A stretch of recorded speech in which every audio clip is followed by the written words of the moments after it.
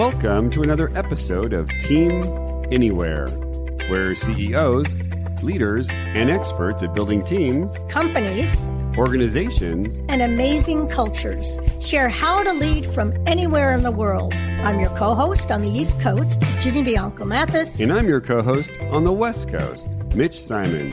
And we invite you to join us to Team Anywhere.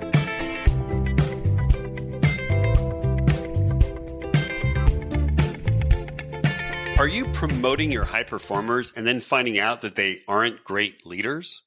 How do you determine who has leadership potential? On today's podcast, Dr. Kimberly Janson, co-author of Determining Leadership Potential, Powerful Insights to Winning at the Talent Game, shares what prevents us from recognizing our best potential leaders and then tells us exactly what to look for. Kim is brilliant, has a ton of research to back up her expertise, and provides invaluable insights as we groom our talent to Team Anywhere. Hello and welcome to another episode of Team Anywhere. I'm your co-host, Mitch Simon, on the West Coast, and on the East Coast, our amazing co-host, Dr. Virginia Bianco Mathis. Ginny, how you doing today? I am good and excited. Yes. Yes. Okay, so now let's get to the podcast. Today on the podcast, we have Dr. Kimberly Janson, CEO of Janson Associates, a talent and organizational development company. Dr. Janson was named a top 10 thought leader, top 10 executive coach in 2021, and top 10 inspirational leader in 2022. Dr. Janson is the author of Demystifying Talent Management, the winner of the Axiom Book Award, and with Dr. Melody Rawlings, Kim just launched her new book, Determining Leadership Potential, Powerful Insights to Winning at the Talent Game. Kim, welcome to our show. How are you today?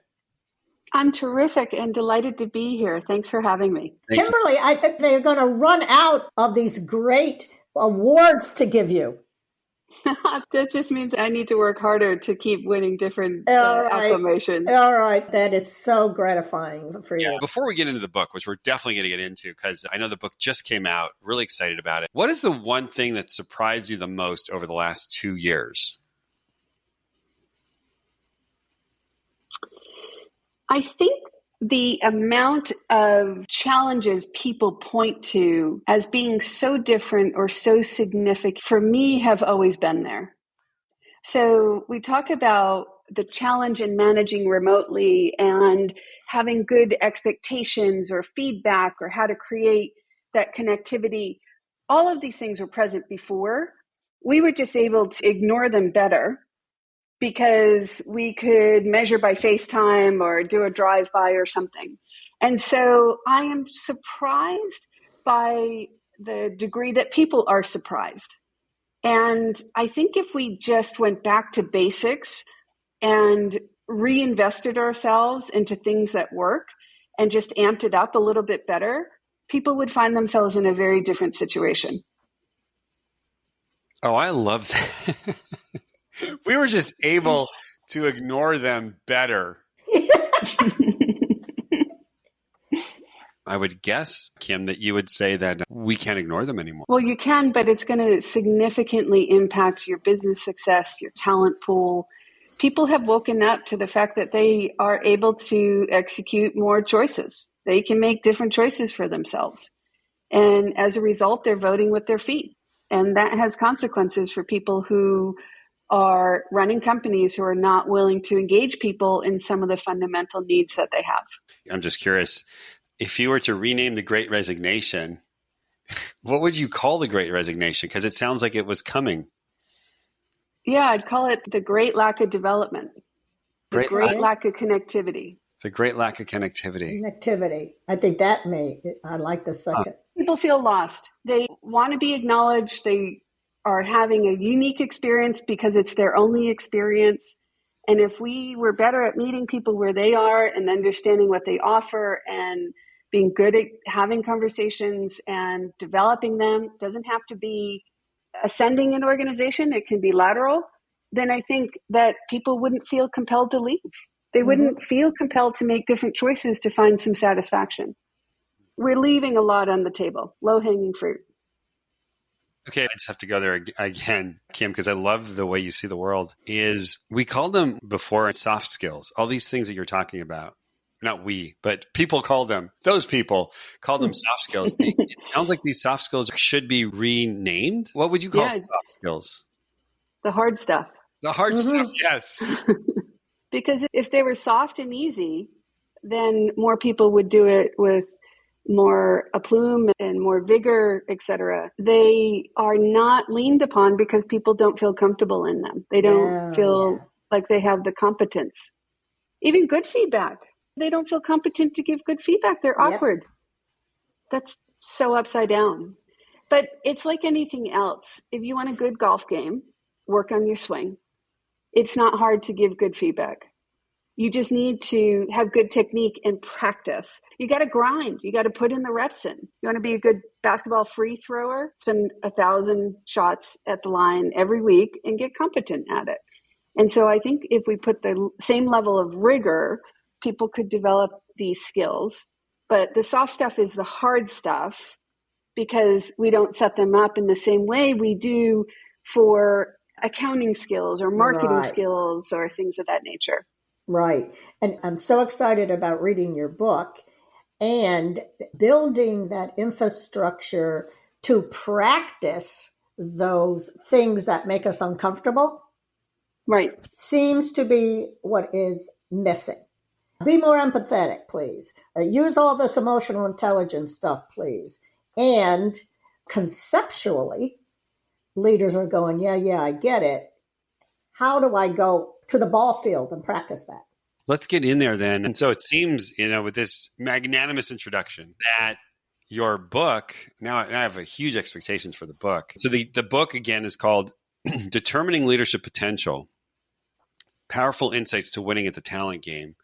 We've already just kind of presented this new window on how to look at great leaders and great managers. Why is this book so important right now? There's several reasons. One is we are absolutely in a leadership crisis. As you just mentioned, the Great Resignation has resulted in droves of people leaving the workforce. Millions of women have left the workforce. The baby boomers are turning 65 at a rate of 10,000 a day. So the pool is shrinking. We also have been distracted the last couple of years. So while this problem has been compounding for quite a while, we have been distracted by other things. And frankly, we spent 2 years or 3 years telling people, be afraid, be conservative, worry about your health, your family, your job, your finances. We haven't been pushing them to develop. So the shrinking pool now has been, at best, frozen, and at worst, taken a step back because of these things.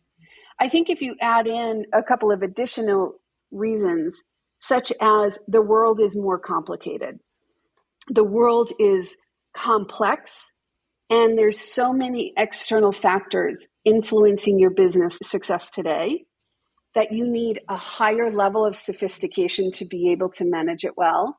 That's why it's important. Leadership has always been important. We've had great examples through history and time, et cetera. But I think this is an inflection point for us that says we need to up our game. And we need to start by choosing people at the onset to be better leaders. So tell me more about that. We need to be better at choosing our leaders, which is really, I think, what struck us about the uniqueness of this book. Can you give us some insights into how to choose those good leaders and why people struggle to pick the right people to be future leaders? Well, I think there's a number of reasons why that's happening. The first harkens back to what we mentioned a little bit ago, which is we don't put the same level of focus in developing competence in how to understand these things as we do functional skills. The second is, I think it scares people a little bit. I think there's a little psychology to it. There's a little behavioralism to it that we need to understand better. And we haven't trained people, and that feels a little crunchy. So they move away from it or leave it to others. I think the third is when people think about determining leadership potential, they think about either what made them successful or they use their own framework or lens. But I've done 3 research studies, and I can talk about those more if you'd like in a bit. But those told us people aren't using a similar framework in the same company. And the amount of criteria they are using varies greatly. So we have a root cause problem where we don't look at the same lens. And if you're trying to build a pipeline, how can you build on those skills as people go up in an organization if at every level and every leader we're looking for something else? So it's a mess at the front end. And then at the back end, we try to solve it by throwing a lot of money at it with leadership development work. I think the recent estimate I read was last year we spent $366 billion on leadership development work. Leadership development works if you have the right core components in the person. It's just like an athlete. You can throw a ton of money at a great athlete and you're going to get a high return on their performance. But if it's someone who has 2 left feet and can't find their way out of a paper bag to perform, that money is not going to make a difference. Thank you. It goes back to, is leadership innate or learned? It's both. I know. Tell us about that more, because look at this number, 366 billion. That's a lot of billions. The people need to have the proper core competencies that you said. What are we getting wrong and how do we get this right? Yeah. So let's start with how to get it right. The 4 predictors of leadership potential based on thought leadership and the work that I've done in my research studies is intelligence, personality, learning agility, and motivation. So as things become more complex, we need to have the mental capacity, cognitive elasticity to deal with complexity. And things only become more complex as you go up in an organization. And intelligence is fixed. We have what we have when we're born. You can add knowledge, but you cannot increase someone's IQ. The second component is personality. And like intelligence, it's fixed. There's centuries of research that support that. Some people will argue the point, it's a very small majority. If you are viscerally committed to details and you revel in them and you need them, that's almost impossible to change. But my point on personality is that a lot of personality types can be good leaders. Watch out for the personality derailers. Severe negativity, incredible self-absorption, extreme introversion. Introverts are good leaders all day long. Extreme introverts, they won't be able to be what other people need for them. We kid ourselves most commonly, in my opinion, on the personality piece. The third one is learning agility. My goodness, how do you survive in this world if you don't have an insatiable need to recreate yourself, to pivot, to react to the market, to assimilate information quickly because we have so much information coming at us? So learning agility is a non-starter. And then motivation. You got to hire people with a big engine because as a leader, we need to manufacture energy sometimes. We need to have capacity to bring people together. Learning agility and motivation isn't fixed, but it's only controlled by that person. I can't tell you how many leaders I've worked with who said, oh, that guy's so good, but if I could only get him to take initiative. Guess what? You're not. My other business is a horse farm. That whole bringing the horse to water and making him drink. Yeah. It's so true. That's the same for learning agility and motivation. Those are the things we should be looking for. So first, this is really great. And it's not complicated. Right. Many leadership models are complicated. You're basically saying mental capacity, personality, pretty much fixed. And then learning agility and motivation, not fixed. Kind of interesting. I'm kind of puzzled with, is leadership born or is it developed? And there's many things that you show here as, if you don't have mental capacity, if you don't have personality, if you're not interested, you're never going to be a leader. How are we getting it wrong? How are we getting it wrong? Why do we mess up so much? Well, let's start with human nature. We are wired for biases. If you were to independently analyze every piece of data that came across your desk every day, we wouldn't be able to operate. So our brain has been created to have sorting mechanisms to make us go faster. Unfortunately, that also applies when we don't want it. And so we have preferences and we gravitate towards what we know. So, for example, if someone comes from the same university as I do, I know that. It's easy to lean towards that. Those are implicit biases. We also have explicit biases where people have a lot of crazy ideas about things, and they're generally because they haven't taken the time to look at those things. So one of the biggest impediments is ourselves. There was some great work I did early on at Bank of Boston as I started to get into diversity work, and it was called the assumption model. And the way I talk about that is I say, think about the old coffee filters, those paper filters we put in and we put the coffee in. And when you put water in, you get coffee out. If you were to lace that filter with chocolate or raspberry, you would influence the outcome. The chocolate, raspberry, those are all the things in our filters. I'm the youngest of 10 kids. Excuse how I look at the world. Yeah, I think that really does. I'm married to a police officer. That's how I look at the world. I have 2 children where we run a high-end show jumper business. We jump really big horses over really big fences. Whoa. There's neither good nor bad about that, but that influences the coffee, i.e. the data.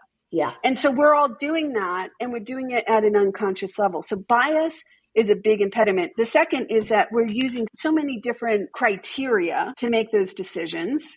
The third is there's no accountability for it. Coaches don't coach the coaches on how to do this well. And so not only are we not making it a craft like an electrician or plumber, we are not holding people accountable. Those are top 3 reasons. Those are excellent. And also, if a comment here is too many criteria, or as you pointed out, the process is broken on the front end. Even if we have a set of criteria, as you said, we have different definitions of what that looks like behaviorally. That's right. And speaking in behavior terms is where I feel we are not helping organizations.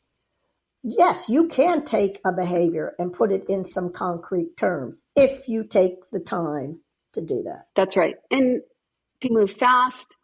They think they rely on their HR partners a lot of times for this. I'm hard on HR. I know what great HR looks like. Most of it isn't great HR. We've got posers who are using templates to mask deep competence in this area. So you have someone relying on someone else who's not the true expert we need. But the CEOs who get the joke on talent are behaviorists. They do look to line those things up.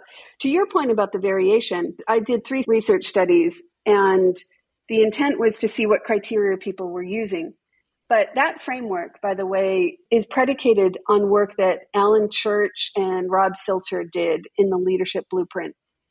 And Alan is the head of talent at PepsiCo. Unbelievable, great guy. But to your point, it's intuitive. It's simple. It's obvious. So I said, what are these people using? And my first study was a look at a number of companies in one industry. And I interviewed leaders at 4 different levels in the organization. And I then compared the results within each organization and then to each other. The CEOs were more similar in their answer from company to company than they were with their own people. So the impact is that people don't know the framework. They're not agreeing on technology, to your point, Ginny. They are not consistent in the criteria, and that leads to variation, and variation is a bad thing. Let's go. Help us understand. I know I'm in San Diego, so for the most part, I'm working with smaller companies whose HR departments are small. How would you help those of us who are either team leaders or working with small companies? How would we actually go ahead and find our best leadership potential? What should we do? Yeah, I'm so glad you made that distinction because it's easy to think about this as big company things. It's not, and it becomes actually even more important for small and mid-sized companies or teams. So if you're a team leader, I would suggest the following. The first is to do a deep dive to understand this topic. Have a clear framework for how you're looking at this. And don't look for things like decision making. Because if you have the rest, I can teach you decision making. So look for things that are predictive of potential. Because if we grab people early in their career, they're not going to be demonstrating leadership skills. I want you to say that again. Say that again. Yeah. If we're looking at folks who we can make big bets on earlier in their career, they will not be demonstrating the expected leadership skills we need. But those are teachable if you have the right core components: intelligence, personality, learning, agility, motivation. So get deep on it, have a clear set of criteria, get great at using assessments. There's so many assessments out there that can complement your perspective, but make sure you also have a multi-rater perspective. Exactly. Because you're only one lens. So understand people's experience and perception of this person, and then practice having hard conversations, because a lot of times people move away from doing the right thing because it's a difficult conversation. Yeah. Make your bets and then develop the heck out of them. That's where you spend your money. Yep. I'm interested. You did not mention emotional intelligence, mental capacity, personality, learning, agility, and motivation. I think many of us on the call would say, well, where's EQ? It's such a great question because it's so important. Sometimes people will put EQ in with intelligence, but that's not where it belongs. It's not a measure of cognitive effectiveness and capacity. It's a measure of interpersonal capacity, which is personality. Okay. And so where folks, and just so we're on the same page, EQ, emotional intelligence, is comprised of 4 things: self-awareness, self-regulation, empathy, and trust. Those are the components combined to create a highly engaging relationship or connection. People are hired for IQ and fired because they don't have EQ. It's the what and the how of performance that's important. The what is often the intelligence piece. The how is often fueled by the emotional intelligence piece. I just came across a really good research piece that looked at CEOs and how they're turning over every 3 years. And the reason why they're turning over is lack of EQ. So the differentiator is that EQ can be learned. So think about it, self-awareness. You may not have an easy or quick access to self-awareness, but you can do things and surround yourself with people who can give you input on that, right? So that's developable. Self-regulation. Extreme emotional volatility is a derailer. Right. But learning how to channel your emotions, pulling yourself out of things. Many of my CEOs, I say, do the world a favor and go running in the morning. We can do different things to help with that. Trust, there are very specific ways we can develop trust. And empathy is the ability to immerse yourself in other people's experience. I consider myself an empath. I know it before I know it. We call it black magic in my house. But if you don't have that access to those intuitive connections, then you can certainly ask people. You can develop empathy by asking questions and then understanding things from their perspective. So not only is emotional intelligence critical, I bucket it under personality, but it's also developable. I love that. I have never heard that explained so clearly. And I know that I'm going to probably see some of the older research, even from the Center of Creative Leadership in your book, where they followed groups of like 50, 60, quote unquote, high potentials for 20 years. And yes, they all got to a certain level, but those that went even further, it was because of the emotional intelligence piece, which our recent research is also playing out. That's fabulous. Thank you for that, Jenny. And then Kim, the last piece was under personality. So the last one, it was self-awareness, self-regulation, empathy, and trust. Yes. And I'm asking is, can trust be trained or learned as well? You can be trained on ways in which you can create trust. So what is trust? Trust is I am going to behave in a way that you can rely on me, that I'm not going to put you at risk, that I'm going to show respect. So how do you do that? Well, consistent delivery of performance is one. Having a conversation with you before you go talk to others is another. You can learn different ways in which you build that connectivity that you then become someone who's reliable, dependable. You're not going to create issues and blindside people. Those are the ways in which trust is eroded. If you're not someone who trusts naturally and you need a pattern to be able to say, okay, I'm willing to take a risk on that, you can articulate that, and we can teach people on how to articulate what their needs are. Great. If I were determining who I want to promote into leadership, are there any assessments that you either have created or you suggest that companies use? I think that if you use a combination of assessments, you get the best picture. So first, some type of multi-rater. I like a qualitative 360. So I get to the true things that are hard for people to talk about, but are present and holding people back. They have often a stream of consciousness experience in a qualitative conversation that is hard to manufacture when they're sitting down and typing a response, because they become hyper aware of what they're typing. So I think that multi-rater, the Hogan executive assessment, it's the world's most common executive assessment, more than 10 million people have taken it. I think it gives you a great understanding of where you're lining up, because anything too far is an impediment. Too much of a good thing is a bad thing. The Hogan helps us understand, based on our choices, where we line up on a continuum, but then it also helps us understand how we compare to the norm. And that's powerful. I like a personality assessment. An easy one is right out of Dave Mitchell's book, The Power of Understanding People. It's very accurate. It's done in 5 minutes. It's free as part of the book. My next one to go to is DISC. That's one that can be used well with teams.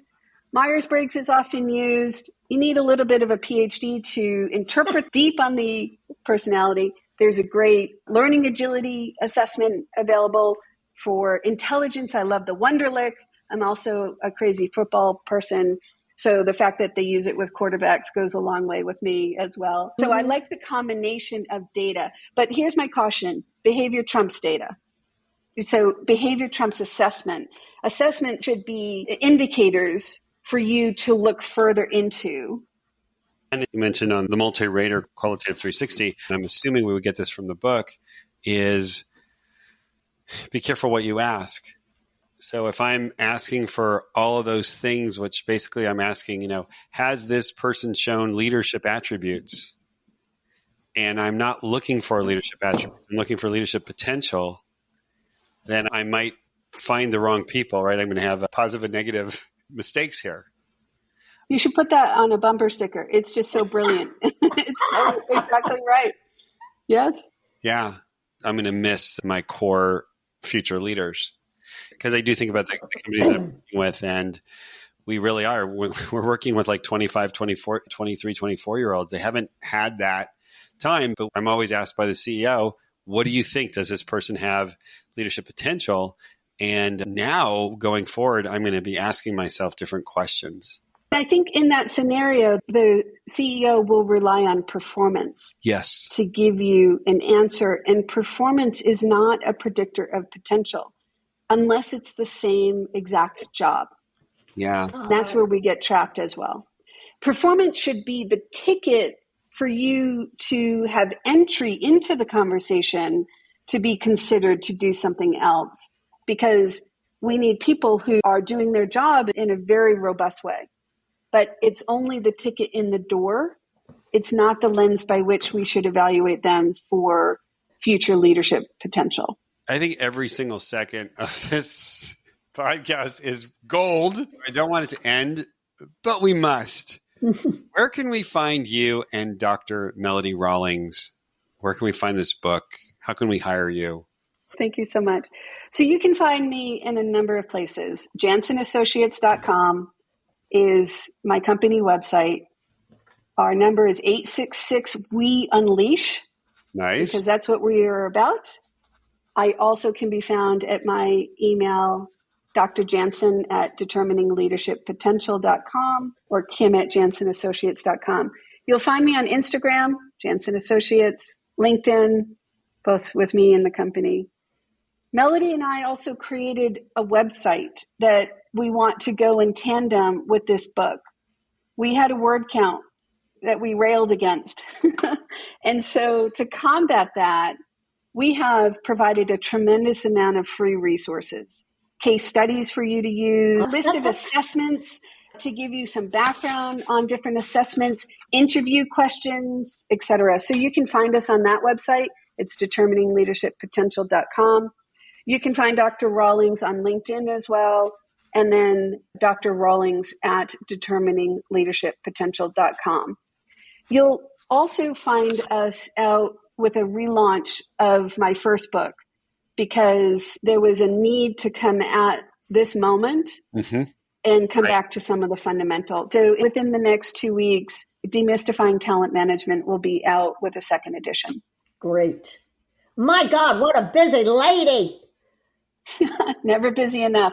Yeah, it's been wonderful, and I really want to thank you. You hit all sides, the academic, the practical, the tools to use, the concepts behind it. Thank you. You're the whole deal. It's really kind. I am really frustrated for people. Yeah. We have to be better. Yeah. We have to make this world better, and we can do it by picking better people. And so I'm dedicating my life to doing just that. But thank you so much for having me and allowing me to share this passion and have this great conversation. I'm really indebted to both of you, and you made it a blast as well. Great. It's always great to find someone who's just brilliant. And I just, walking away, my thoughts, and I'm hoping, the listeners' thoughts is, there are many companies I work with where they're incredible at finding the right people to bring to the company. And the work now is figuring out in growing the company, which of those people that I bring in are great or could be great at leadership, and which should we just kind of don't promote those people. Let those people do what they do, and kind of keep that and reward those people as well in the conversation. So thank you so much, Kim, for your time, your intelligence, and what you're contributing to the world and your great care. Thank you, Ginny, for, again, another incredible conversation. If you've loved this episode, which we have, please share this with your friends, your family, and your colleagues. And until next time, we'll see you again on Team Anywhere.